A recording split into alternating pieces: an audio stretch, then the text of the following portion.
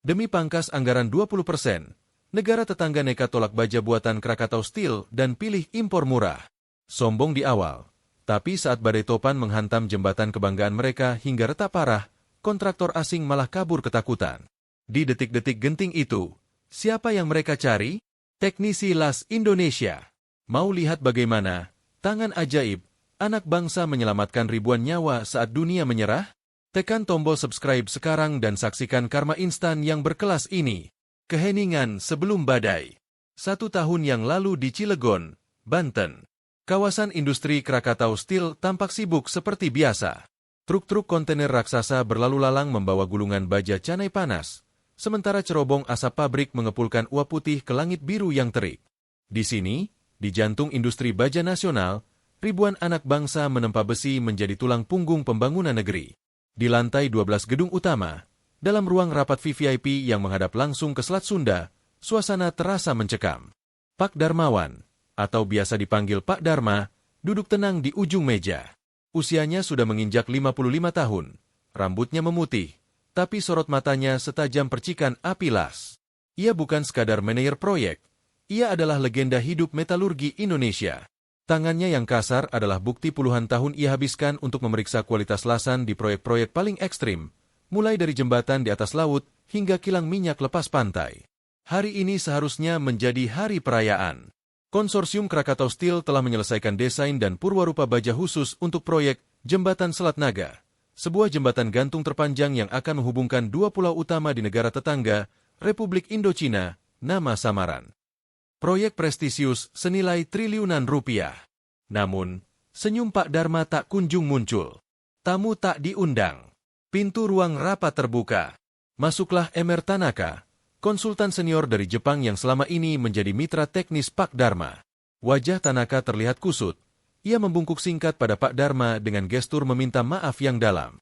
Di belakang Tanaka, melangkah masuk seorang pria muda berkebangsaan Eropa dengan setelan jas slim fit yang terlalu rapi untuk ukuran proyek konstruksi. Namanya Julian, perwakilan baru dari pemerintah Indochina yang ditunjuk sebagai direktur efisiensi proyek.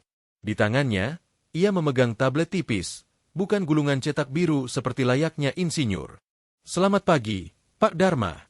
Sapa Julian dengan bahasa Indonesia yang fasih namun terdengar plastik.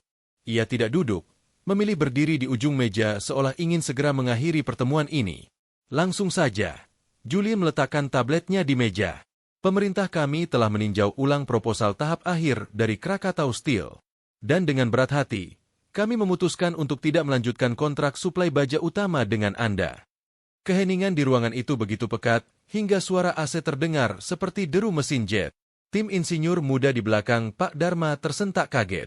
Tidak melanjutkan? Suara Pak Darma berat dan tenang, kontras dengan gejolak di dadanya. Kami sudah melakukan uji beban selama 6 bulan. Baja tipe KS Titan kami dirancang khusus untuk menahan korosi air laut tropis dan angin topan kategori 5. Tidak ada pabrik lain di Asia Tenggara yang bisa memproduksi spesifikasi ini. Logika sang akuntan. Julian tersenyum miring, senyum seorang birokrat yang memegang kalkulator, bukan jangka sorong. Spesifikasi Anda memang mengesankan, tapi harganya tidak. Ia menggeser layar tabletnya, menampilkan sebuah grafik batang berwarna merah dan hijau.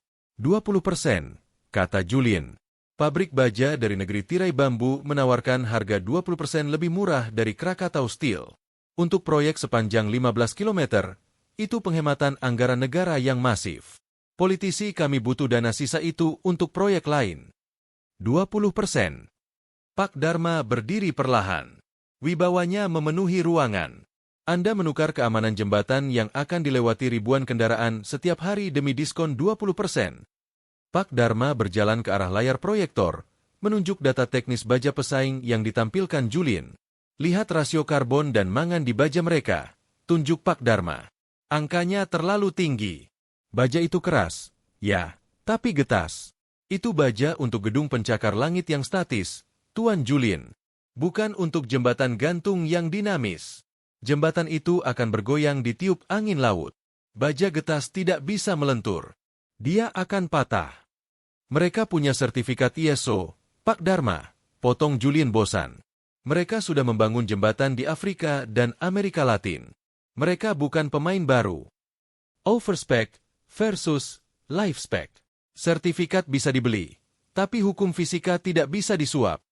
Pak Dharma meninggikan suaranya untuk pertama kali. Tahukah Anda kenapa baja kami lebih mahal? Pak Dharma mengambil sampel potongan baja KS Titan di meja. Kami melakukan proses quenching dan tempering 2 kali lipat lebih lama dari standar industri. Itu memakan energi listrik besar. Itu mahal. Tapi itu membuat baja ini punya nyawa. Dia bisa melentur saat dihantam badai, lalu kembali lurus seperti bambu.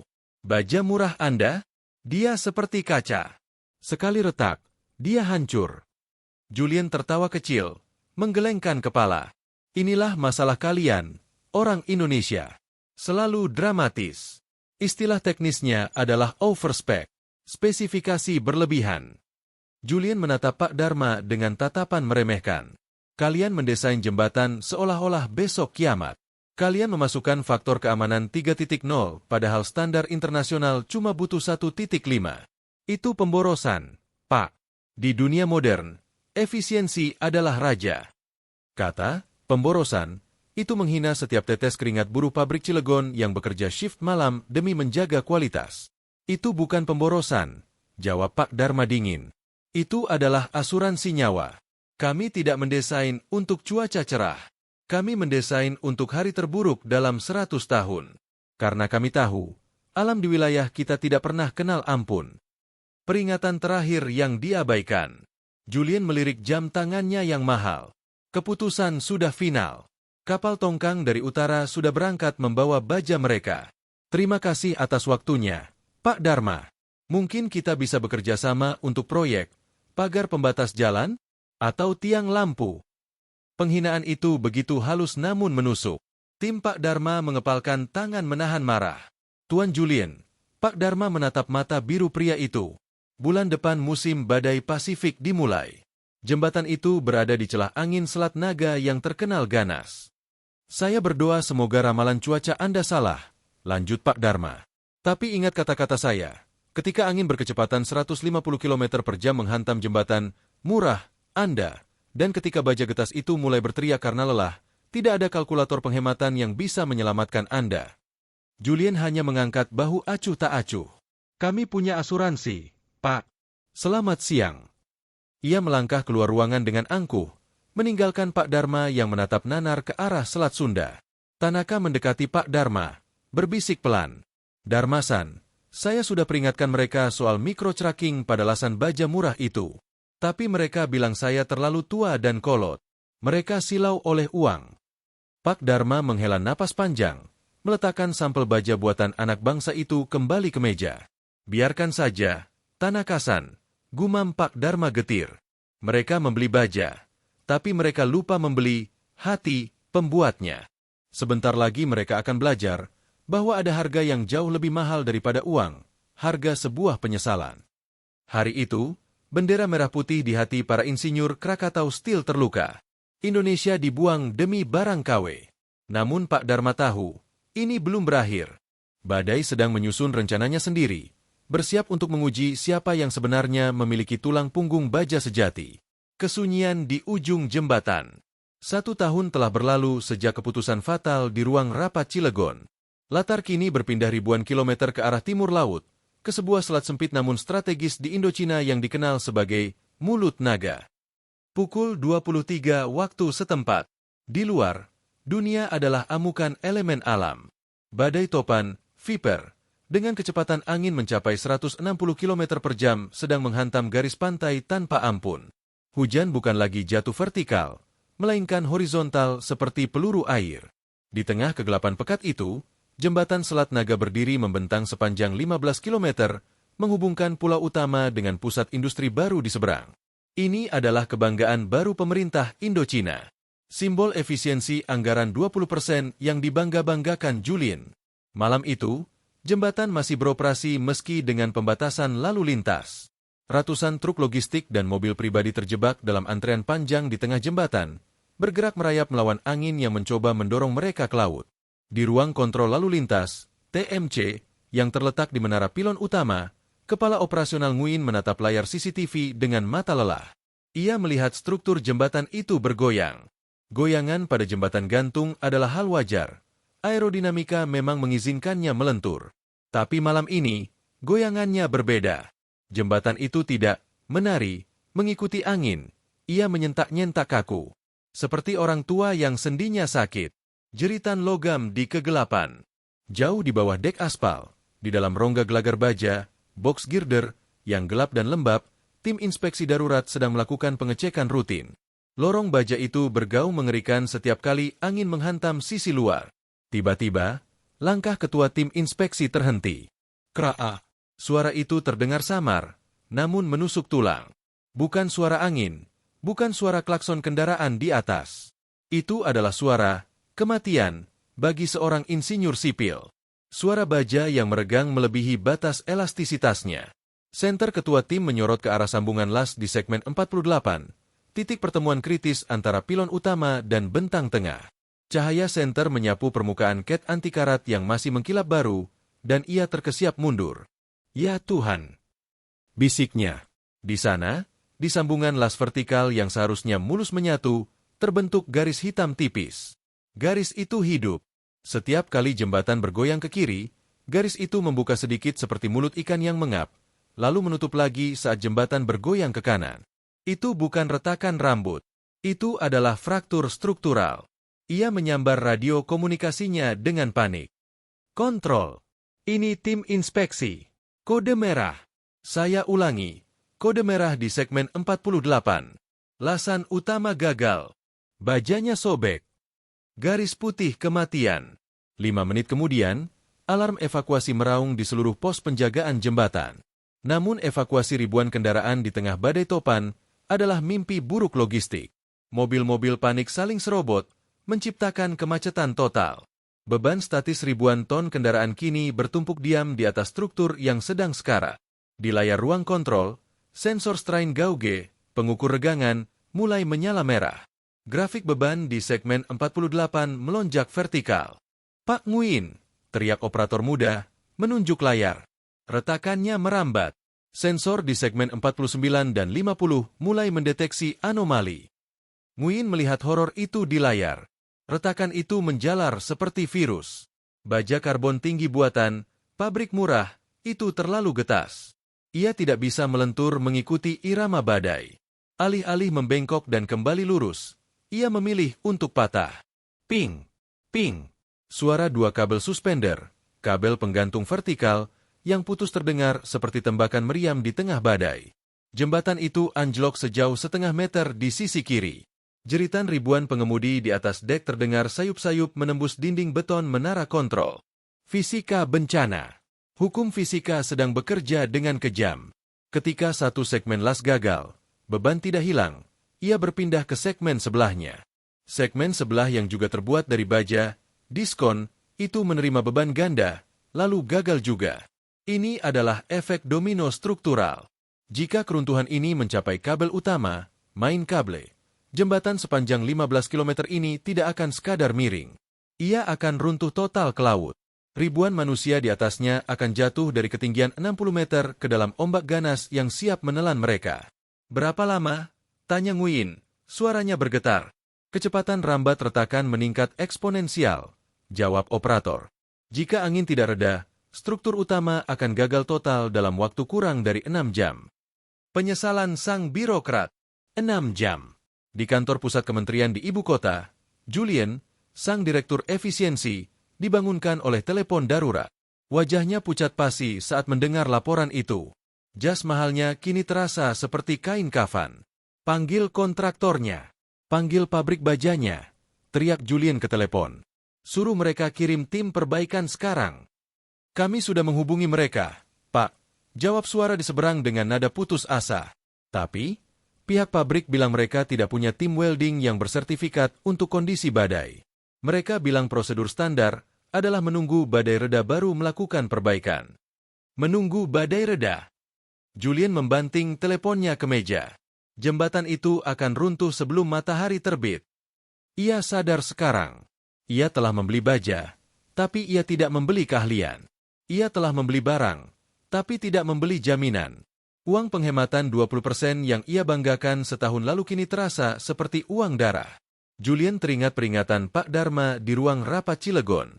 Peringatan dari pria tua berwajah keras yang ia hina sebagai dramatis. Ketika baja getas itu mulai berteriak karena lelah, tidak ada kalkulator penghematan yang bisa menyelamatkan Anda. Ramalan itu kini menjadi kutukan nyata. Julian menatap hujan di luar jendelanya. Ia tahu, tidak ada kontraktor lokal yang berani memanjat jembatan goyang di tengah badai topan untuk melakukan pengelasan presisi tinggi. Itu misi bunuh diri. Hanya ada satu kelompok orang gila di dunia ini yang memiliki nyali sebesar itu. Orang-orang yang terbiasa menempa baja di cincin api Pasifik.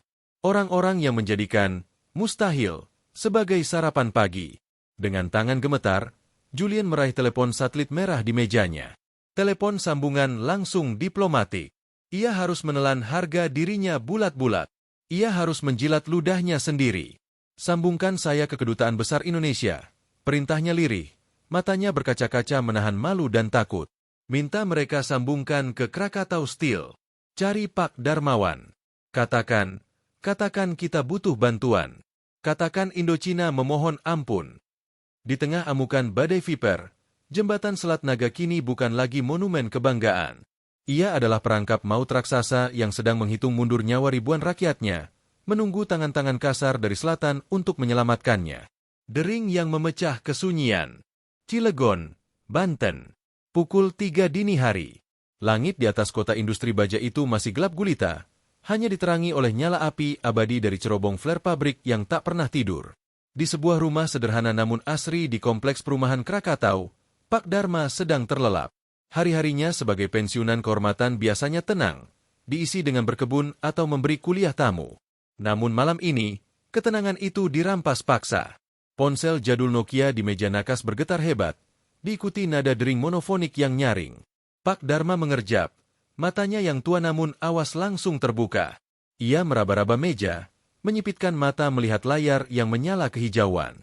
Nomor tak dikenal, kode negara 84, Indochina. Jantung Pak Dharma berdegup satu ketukan lebih cepat. Firasat yang ia kubur setahun lalu tiba-tiba mencengkeram dadanya. Ia tahu panggilan ini. Ia sudah menunggu panggilan ini dalam diam, meski ia berdoa pada Tuhan agar tidak pernah menerimanya. Halo? Suara Pak Dharma berat, khas wibawa seorang bapak. Pak Dharma. Pak Dharma. Ini. Julian. Suara di seberang sana terdengar hancur. Bukan suara Julian yang angkuh dan fasih berbahasa Indonesia yang ia temui di ruang rapat ber-AC setahun lalu. Itu adalah suara orang yang sedang di ujung tanduk, panik, dan kehilangan arah. Ada gemuruh angin kencang dan suara sirine di latar belakang telepon itu. Julian? Ada apa menelepon jam segini? Pak Dharma duduk tegak di sisi ranjang. Bencana, Pak. Bencana besar. Julian tergagap. Suaranya nyaris hilang ditelan suara badai di seberangnya. Jembatan Selat Naga, jembatan yang pakai baja murah itu. Retak, Pak. Lasannya gagal. Pilon utama miring. Kami akan kehilangan jembatan ini. Pak Dharma memejamkan mata. Ramalannya menjadi kenyataan. Fisika telah menagih hutangnya pada keserakahan manusia. Berapa parah? Retakan menjalar di segmen 48. Kabel suspensi putus 2. Ribuan orang terjebak macet di atasnya karena badai. Jika pilon runtuh. Suara Julian pecah menjadi isak tangis histeris. Mereka semua akan jatuh ke laut. Ribuan orang, Pak Dharma. Ribuan. Runtuhnya kesombongan. Pak Dharma terdiam. Hening yang panjang. Ia bisa saja menutup telepon itu. Ia bisa saja berkata, kan sudah saya bilang. Silakan telepon pabrik Tiongkok yang murah itu. Setahun yang lalu, harga dirinya diinjak-injak. Karya anak bangsanya dihina sebagai pemborosan. Logikanya, ia berhak untuk tertawa melihat karma ini. Pak Dharma. Julian memohon, suaranya seperti anak kecil yang ketakutan. Tolong kami. Tidak ada kontraktor lokal yang berani naik. Tidak ada yang punya teknologi las di tengah badai. Hanya kalian. Hanya Krakatau Steel yang punya know-how itu. Hanya Bapak yang bisa menyelamatkan mereka. Pak Dharma menarik napas panjang, menahan gejolak emosinya. Di mana arogansi Anda setahun lalu, Tuan Julian? Di mana kalkulator penghematan Anda? Tanyanya dingin. Saya salah, Pak. teriak Julin putus asa. Saya bodoh. Bakar saya. Penjarakan saya nanti. Tapi tolong, jangan biarkan rakyat saya mati karena kebodohan saya. Saya mohon, Pak, atas nama kemanusiaan. Pria Eropa yang dulu berdiri di ruang rapat dengan jas slim fit dan tatapan merendahkan itu kini sedang bersujud secara verbal di hadapan insinyur tua Indonesia yang pernah ia buang. Keputusan sang insinyur. Pak Dharma memandang keluar jendela kamarnya, ke arah pabrik Krakatau Steel yang lampunya berkelap-kelip di kejauhan. Bayangan ribuan orang yang terjebak di jembatan goyang itu menari di pelupuk matanya. Dada Pak Dharma sesak. Marah? Tentu saja ia marah. Sakit hati. Masih membekas. Tapi di atas kemarahannya, ada sumpah profesi insinyur yang ia pegang teguh. Insinyur membangun untuk melindungi kehidupan, bukan untuk memuaskan ego. Ribuan nyawa, gumam Pak Dharma pelan. Benar, ribuan nyawa, isak Julin. Pak Dharma memejamkan mata sejenak, lalu membukanya dengan sorot mata tajam penuh determinasi. Kemarahan itu ia simpan, ia padatkan menjadi bahan bakar. Saya mengerti, kata Pak Dharma tegas. Kami bergerak. Apa? Julien terdengar tak percaya. Saya akan kumpulkan tim elit saya. Siapkan helikopter militer di Bandara Halim. Kami akan terbang ke sana sekarang juga. Tangisan pecah di seberang telepon. Terima kasih. Terima kasih banyak, Pak Dharma. Anda malaikat. Pak Dharma menutup telepon. Tidak ada waktu untuk merayakan kemenangan moral. Badai tidak menunggu siapapun. Mengumpulkan pasukan elit, Laskar Baja. Pukul 3.30 dini hari. Pak Dharma mengirim pesan broadcast darurat di grup WhatsApp, alumni proyek Suramadu, Cisomang. Kode merah. Jembatan runtuh. Indochina. Kumpul di workshop utama dalam 30 menit. Bawa nyali. Ini bukan latihan.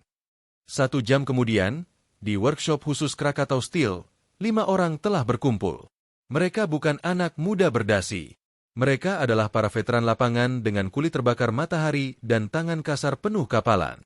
Ada Bang Jali, juru las bawah air legendaris yang bisa mengelas dengan mata tertutup. Mas Tono, ahli rigging, tali temali, yang pernah memanjat puncak Monas tanpa pengaman. Mbak Sari, satu-satunya wanita, ahli metalurgi forensik yang bisa membaca retakan baja hanya dengan merabanya. Dan si Keling, operator alat berat yang presisinya setara dokter bedah. Jembatan Selat Naga. Pak Dharma membuka rapat tanpa basa-basi sambil menggelar peta digital di meja kerja yang penuh oli.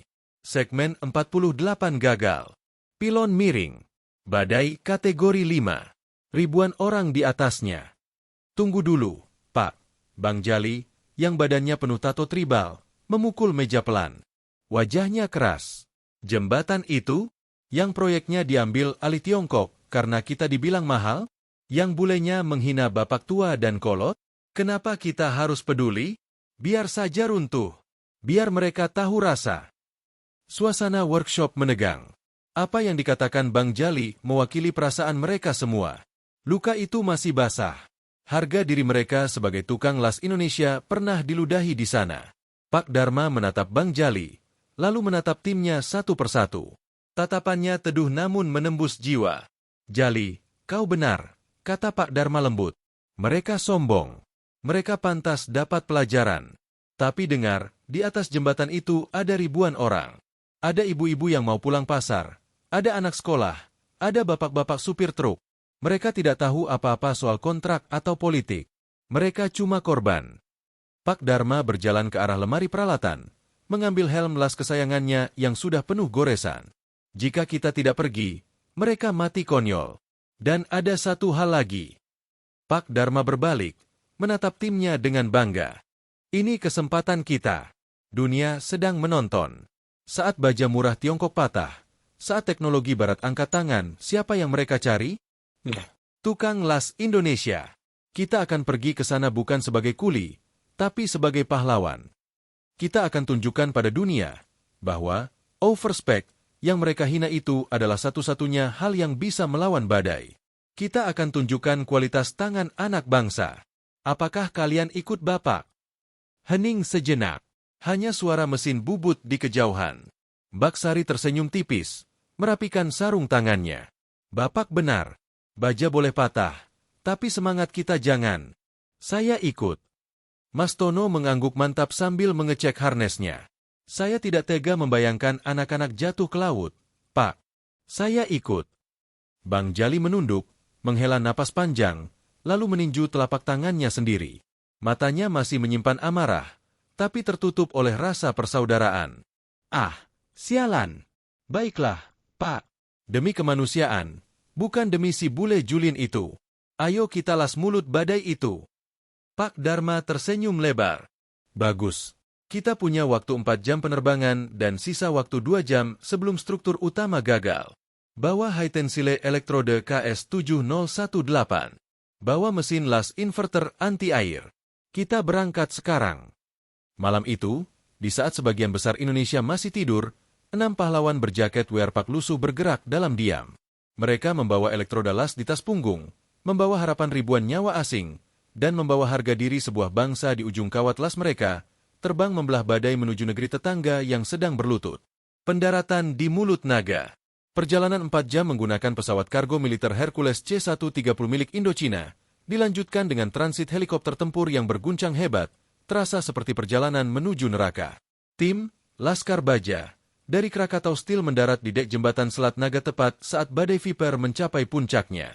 Bukan salju yang menyambut mereka, melainkan peluru air. Hujan turun secara horizontal, didorong angin berkecepatan 150 km per jam yang menampar wajah seperti kerikil tajam. Suara gemuruh angin bercampur dengan suara ombak yang menghantam pilar jembatan di bawah sana, menciptakan kakofoni kematian. Begitu pintu helikopter terbuka, Mas Tono hampir terpelanting jika tidak ditarik oleh si Keling. Jembatan itu tidak diam. Ia bergoyang kiri kanan sejauh 2 meter, seperti ular raksasa yang sedang menggeliat kesakitan. Julien, dengan jas hujan yang sobek-sobek, berlari menyambut mereka. Wajahnya pucat, matanya liar penuh ketakutan. Pak Dharma. Syukurlah, teriak Julien. Suaranya nyaris hilang ditelan angin. Kami pikir kalian tidak jadi datang. Minggir, Julien. Di mana titik kegagalannya? Teriak Pak Dharma. Matanya menyipit menahan perih air hujan. Tidak ada basa-basi. Ini medan perang. Diagnosis yang mematahkan semangat. Mereka merangkak, benar-benar merangkak agar tidak tertiup angin, menuju segmen 48 di dekat pilon utama. Di sana, Baksari segera mengeluarkan alat ultrasonic testing, UT, portable miliknya. Apa yang mereka lihat membuat darah berdesir. Pelat baja setebal 50 mm itu sobek menganga seperti mulut ikan. Setiap kali jembatan bergoyang, sobekan itu melebar, mengeluarkan suara krek yang memilukan, suara baja yang memohon ampun. Ini buruk, Pak, teriak Mbak Sari setelah melihat layar pemindainya. Bukan cuma retak lasan. Ini brittle fracture, patah getas. Baja murah ini tidak punya toleransi kelenturan. Dan lihat. Sari menunjuk ke sisi dalam retakan yang basah. Air asin sudah masuk ke celah mikro. Kalau kita las biasa, uap air akan meledak di dalam logam cair dan bikin lasannya keropos, porosity. Jembatan ini akan runtuh 10 menit setelah kita selesai mengelas. Bang Jali meludah ke aspal. Belum lagi anginnya, Pak. Angin segini kencang akan meniup gas pelindung las, shielding gas. Apinya bakal mati terus. Ini sama saja menyalakan lilin di depan kipas angin raksasa. Mustahil. Julien yang mendengar itu jatuh berlutut di aspal basah. Tamatlah kita. Kenyataan pahit menghantam mereka. Metode standar tidak bisa dipakai. Alam menolak mereka bekerja. Waktu tersisa sebelum critical structural failure, kegagalan struktur kritis kurang dari 3 jam. Inovasi di ujung tanduk. Pak Dharma berdiri tegak, berpegangan pada pagar jembatan yang bergetar. Otak tuanya memutar kembali memori puluhan tahun di lapangan. Ia ingat saat memperbaiki kilang minyak lepas pantai di tengah badai laut Jawa tahun 90-an. Jangan cengeng, Jali, bentak Pak Dharma. Suaranya menggelegar mengalahkan petir. Kita tidak pakai gas pelindung. Kita kembali ke cara kuno tapi ampuh. Kita pakai stick welding, SMAW, dengan elektroda KS7018 high tensile yang kita bawa. Tapi Pak, kawat las itu butuh suhu stabil. Hujan ini akan bikin bajanya thermal shock, kaget suhu, dan retak lagi, protes Mbak Sari. Maka kita buat rumah di sana. Pak Dharma menunjuk ke sisi luar jembatan, Tempat retakan itu menganga di atas jurang laut setinggi 60 meter. Tono. Buat habitat, tenda kerja, gantung dari terpal anti api. Bungkus area retakan itu. Keling. Kau panaskan bajanya pakai oksyacetilene torch sampai 200 derajat untuk menguapkan air. Jali dan saya akan mengelas di dalam kepompong itu. Itu rencana gila. Menggantung di tali, di dalam terpal sempit, sambil membakar baja di tengah badai yang mengguncang mereka seperti mainan yoyo. Masuk ke zona maut. Operasi dimulai. Mas Tono, sang ahli rigging, menunjukkan kelasnya. Dengan gerakan akrobatik yang nekat, ia melompat ke sisi luar jembatan, memasang ancor pont dan membentangkan terpal tebal untuk menciptakan ruang kedap angin di sekitar retakan. Tubuhnya terombang-ambing ditiup angin, tapi simpul talinya mati tak bergeming. Habitat siap. Masuk, teriak Tono lewat radio. Pak Dharma dan Bang Jali mengenakan harnes panjat tebing. Mereka melangkah melewati pagar pembatas, menatap ke bawah. Laut hitam yang ganas menanti mereka 60 meter di bawah. Satu kesalahan simpul, satu hempasan angin yang terlalu kuat, dan mereka akan menjadi sejarah. Mereka turun rappelling masuk ke dalam, kepompong, terpal yang sempit itu. Di dalam sana, suaranya seperti berada di dalam drum yang dipukuli. Angin menghajar dinding terpal dengan brutal. Keling, panaskan sekarang, perintah Pak Dharma. Si Keling, yang berada di posisi aman di balik pilon, menjulurkan kepala torch pemanas.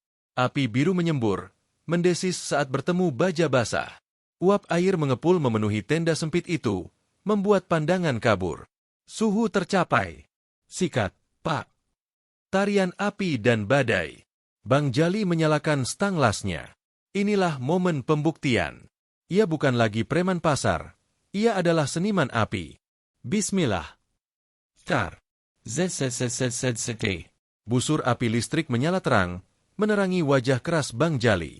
Tapi ini bukan pengelasan biasa. Jembatan itu masih bergoyang liar. Celah retakan itu bergerak membuka menutup seirama badai. Bang Jali harus melakukan tarian las. Ia harus menyuntikkan logam cair tepat saat celah itu menutup, kompresi, dan berhenti saat celah itu membuka, tensi.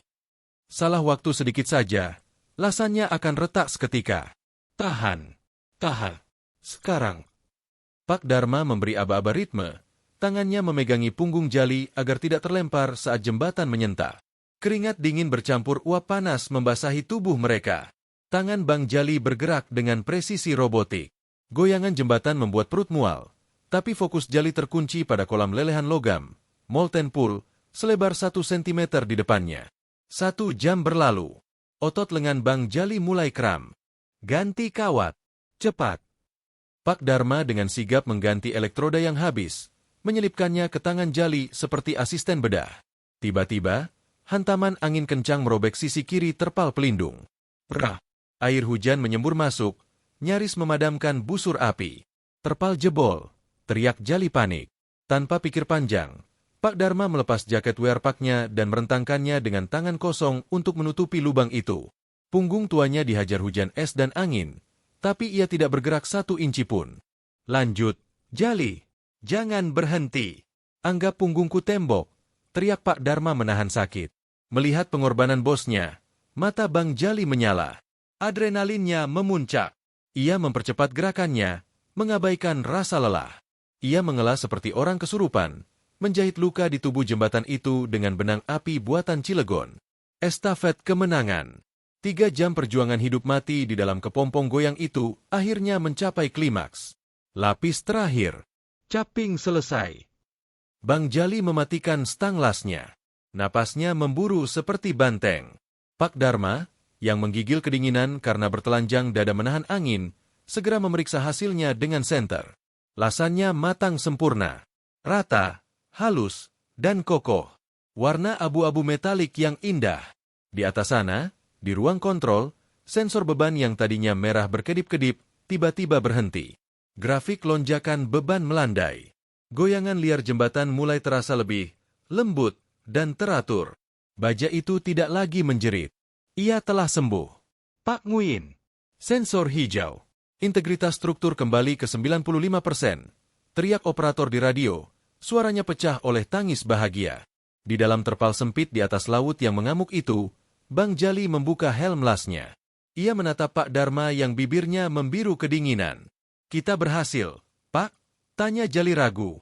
Pak Dharma tersenyum lemah, menepuk helm Jali. "Bukan cuma berhasil, Jali. Kau baru saja menyatukan dua pulau dengan tangan premanmu itu." Epilog di atas aspal. Mereka ditarik naik kembali ke dek jembatan. Begitu kaki mereka menyentuh aspal, Julian langsung berlari dan memeluk kaki Pak Dharma yang basah kuyup. Direktur yang sombong itu menangis meraung-raung di tengah hujan, tidak peduli pada harga dirinya lagi. Terima kasih. Terima kasih." Hanya itu yang bisa ia ucapkan berulang-ulang. Pak Dharma tidak menjawab. Ia hanya memberi isyarat pada si Keling untuk memberikan rokok. Bang Jali duduk bersandar di pagar jembatan, menyalakan rokok kreteknya yang sempat basah tapi masih bisa menyala.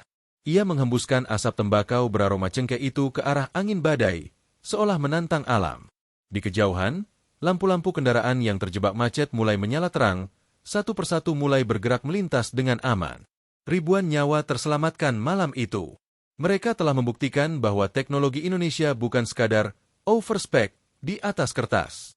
Itu adalah soul spec, spesifikasi yang dibangun dengan jiwa, keberanian, dan doa. Malam ini, naga Indochina telah tunduk pada Garuda Nusantara. Panggung kehakiman global.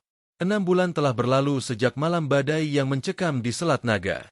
Latar cerita kini berpindah ke Tokyo, Jepang, pusat inovasi infrastruktur Asia. Gedung Konferensi Internasional Tokyo, Tokyo International Forum, berdiri megah dengan arsitektur kaca yang futuristik. Di dalam aula utama, duduk ratusan delegasi dari Asosiasi Insinyur Sipil Seluruh Dunia, Asosiasi Baja Amerika, AISC, Federasi Insinyur Eropa, hingga perwakilan raksasa konstruksi dari Tiongkok dan Korea. Suasana hening, namun penuh ketegangan. Hari ini adalah World Infrastructure Summit, dan agenda utamanya adalah revisi standar keamanan jembatan bentang panjang di wilayah cincin api. Pak Darmawan berdiri di podium. Ia tampak kontras di tengah lautan jas hitam dan dasi sutra. Ia mengenakan kemeja batik sutra motif, Garuda Kencana, berwarna coklat emas, lengkap dengan peci hitam yang duduk rapi di kepalanya. Sosoknya sederhana, namun aura wibawanya membuat ruangan raksasa itu senyap. Ia di sana bukan sekadar sebagai insinyur Krakatau Steel, tapi sebagai wajah dari harga diri bangsa yang pernah dilecehkan. Hadirin sekalian, suara Pak Dharma bergema tenang, diterjemahkan ke dalam 6 bahasa oleh interpreter. 6 bulan lalu, sebuah jembatan strategis di Indochina nyaris runtuh bukan karena kesalahan desain, bukan karena sabotase, tapi karena satu filosofi yang keliru, efisiensi biaya di atas segalanya. Layar raksasa di belakangnya menampilkan rekaman drone saat operasi penyelamatan. Jembatan yang bergoyang liar seperti ular, kilatan api las Bang Jali di tengah badai, dan, kepompong, terpal yang berjuang melawan angin topan. Selama bertahun-tahun, lanjut Pak Dharma, matanya menyapu ruangan, menatap tajam ke arah delegasi Eropa dan Tiongkok, standar baja Indonesia diejek sebagai overspec. Kalian bilang kami memboroskan nikel dan karbon. Kalian bilang proses quenching ganda kami adalah inefisiensi kuno. Kalian sebut kami parno. Pak Dharma berhenti sejenak, membiarkan kata-katanya meresap ke dalam hati nurani para teknokrat itu. Tapi saat angin berkecepatan 150 km per jam menghantam, dan korosi air laut menggerogoti logam, parno adalah satu-satunya hal yang memisahkan ribuan nyawa dari kematian. Apa yang kalian sebut overspec, kami sebut life spec, spesifikasi kehidupan. Kami tidak menempa baja hanya untuk lulus uji laboratorium. Kami menempa baja untuk hari terburuk dalam 100 tahun, demi memastikan setiap ayah yang melintasi jembatan itu bisa sampai ke rumah untuk memeluk anaknya. Sekutu yang tak terduga. Sesi presentasi berakhir. Kini saatnya tanggapan dan pemungutan suara untuk adopsi standar baru ISO 2027. Pak Dharma bersiap menghadapi serangan balik. Biasanya, lobi industri baja global akan menolak standar yang meningkatkan biaya produksi. Namun, sesuatu yang luar biasa terjadi. Emer Tanaka, konsultan senior Jepang yang dulu pernah mendampingi Julin di Cilegon, berdiri dari kursi delegasi Jepang. Jepang dikenal sangat protektif terhadap standar JIS, Japanese Industrial Standards, mereka. Pak Dharma menahan napas. Jujur saja, Tanaka berbicara dalam bahasa Inggris yang terbata namun tegas. Jepang selalu bangga dengan ketelitian kami. Tapi melihat apa yang dilakukan tim Indonesia di Selat Naga itu melampaui teknik sipil. Itu adalah seni bertahan hidup. Metalurgi mereka memiliki jiwa. Jepang mendukung penuh usulan Indonesia untuk menjadi acuan standar baja tahan badai tropis. Bisikan kekaguman terdengar di seluruh ruangan. Dukungan dari raksasa teknologi seperti Jepang adalah validasi mutlak. Lalu, giliran delegasi Tiongkok berdiri. Mr. Zhang, perwakilan konsorsium baja yang dulu merebut proyek Indochina dengan harga murah, memegang mikrofon. Wajahnya merah padam. Tampak malu namun ia berusaha menjaga kehormatan profesinya. Kami. Mr. Zhang menunduk sejenak. Kami belajar dengan cara yang sangat mahal. Kami mencoba memenangkan tender dengan kalkulator dan hampir membunuh ribuan orang. Filosofi, cepat dan murah, telah gagal total di hadapan alam. Tiongkok mengakui keunggulan metalurgi Krakatau Steel. Kami setuju. Satu persatu, lampu hijau menyala di papan voting. Jerman, Amerika, Korea, Rusia. Hasil voting di layar digital menunjukkan angka mutlak. 105 suara setuju, 0 menolak. Ketukan palu sidang menggelegar. Mulai hari ini, suara ketua sidang mengumumkan, standar ketahanan baja tropis Republik Indonesia, SNI Krakatau, diadopsi secara resmi sebagai bagian dari Kode Keamanan Infrastruktur Global ISO. Tepuk tangan membahana. Standing ovation. Para insinyur dunia berdiri memberikan penghormatan pada pria tua berpeci dari Cilegon itu. Di sudut ruangan, Pak Dharma melihat Julian, yang hadir sebagai pengamat, menangis terseduh-seduh sambil bertepuk tangan hingga telapak tangannya merah. Pertemuan di koridor sunyi. Setelah euforia mereda dan sesi foto berakhir, Pak Dharma berjalan keluar menuju Taman Jepang di belakang gedung untuk mencari ketenangan. Ia merindukan suara bising mesin pabrik di Cilegon. Pak Dharma. Suara itu. Pak Dharma berbalik. Di sana berdiri Julian. Pria itu berbeda. Jas slim fit mahalnya digantikan oleh kemeja kerja sederhana. Wajahnya yang dulu licin kini memelihara brewok tipis, dan ada garis-garis kelelahan yang nyata. Ia tidak lagi terlihat sebagai birokrat arogan, melainkan seperti manusia yang telah dihancurkan dan dibangun kembali. Tuan Julian, sapa Pak Dharma ramah. Saya dengar Anda tidak lagi di kementerian. Julian tersenyum pahit. Saya mengundurkan diri sehari setelah jembatan itu stabil. Saya tidak pantas memegang amanah rakyat lagi. Setelah malam itu, setelah melihat Bapak dan tim bertaruh nyawa di dalam terpal, saya sadar saya hanyalah parasit berdasi. Julian melangkah mendekat, lalu membungkuk dalam-dalam. Gestur penghormatan tertinggi di budaya Asia Timur, meski ia orang Eropa. Sekarang saya bekerja sebagai auditor keselamatan independen, kata Julian pelan.